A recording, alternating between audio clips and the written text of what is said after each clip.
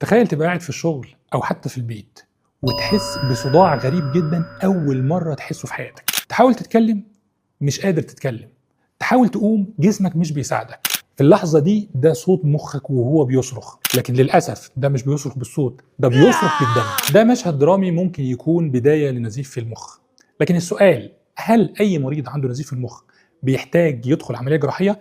الحقيقة لا. في عندنا نزيف بيحصل داخل خلايا المخ نفسها، وده في الغالب بسبب ارتفاع ضغط الدم أو مشاكل في الأوعية الدموية. عندنا نزيف تاني اسمه نزيف تحت الأم العنكبوتية، وده بيكون أشد صداع المريض ممكن يحس بيه، وده مشهور جدا إن هو بيكون بسبب انفجار تمدد دموي داخل المخ.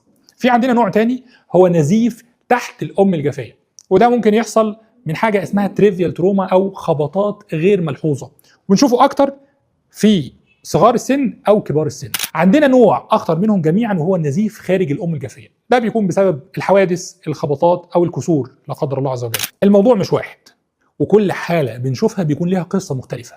بنشوف حجم النزيف ومكانه، وأهم من كل ده حالة المريض نفسه. في حالات الجراحة فيها بتكون منقذة للحياة، وفي حالات تانية نقدر نديها علاج ونتابعها في الرعاية المركزة. علشان كده لو حسيت بأي عرض من الأعراض اللي احنا قلناها كلمنا فورا أو زور أقرب مستشفى ليك، لأن في حالات في نزيف المخ الدقيقة الواحدة بتكون فاصل بين الحياة والموت.